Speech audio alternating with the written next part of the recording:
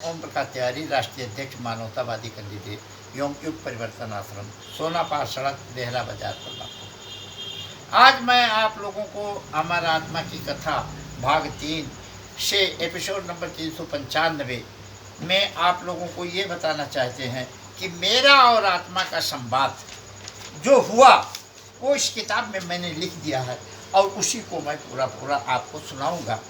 आप सुनिए और सुनने के बाद आप खुद भी अपनी आत्मा से बात करने की प्रेरणा लें और बात करें और अपने जीवन को सफल बनाएं। अब मैं प्रश्न कर रहा हूँ आत्मा से। मैंने पूछा है अमरी आत्मा, सारा ज्ञान मुझे बतलाती हो। मैंने पूछा है अमरी आत्मा, ज्ञान मुझे बतलाती हो, और जो कुछ शंका मेरे दिल को है पूरा का पूरा मिटाती हो। हे अमर आत्मा, जो कुछ शंका है वो तुम पूरा का पूरा मिटाती हो। अमरी आत्मा जब भी बोलती वह तुरंत खुश होती थी और सारा ज्ञान शरीर को सिखावे हमें ज्ञान भर देती थी। हमारे में वो ज्ञान भर देती थी और खुद बहुत खुश होती थी जब वो मुझ में ज्ञान भरती थी। जैसे एक बच्चा को जब माता जो है पढ़ाती है तो बहुत खुश होती है, उसी प्रकार से आत्मा। हमारी आत्मा कहने लगी, अब अमर आत्मा बोल रही है, क्या बोल रही है?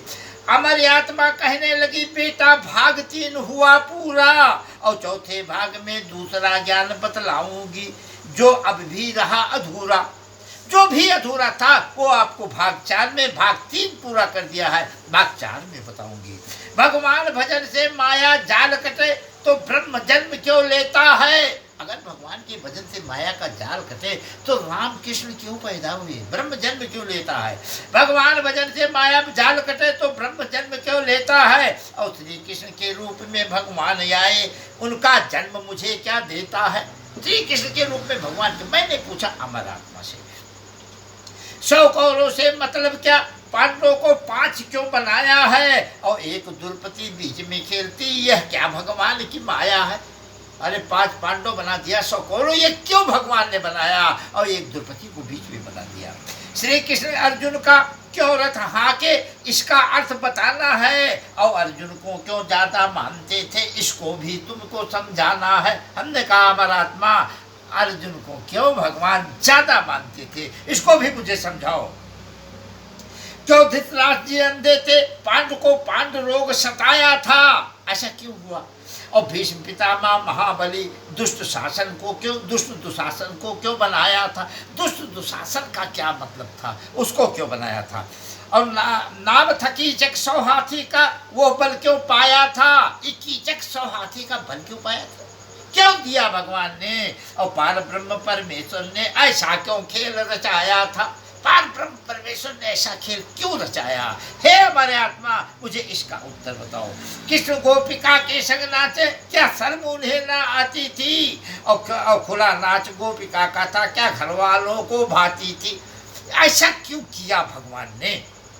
अमर आत्मा से मैंने पूछा, ये मैं प्रश्न पूछ रहा हूँ।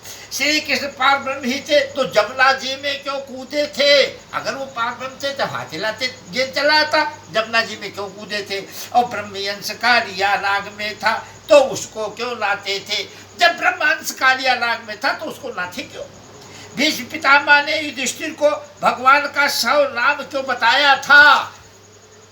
और 100 नामों का मतलब क्या है, इसको समझाया था? हे अमर आत्मा, आज तुम इसको बता डालो। युधिष्ठिर से जीवन में एक भार झूठ क्यों बुलाया था और अर्जुन का भी मान घटाया, उनको नर्तकी बनाया था, अर्जुन को नर्तकी बना के नचा दिया, ये भगवान ने क्यों किया?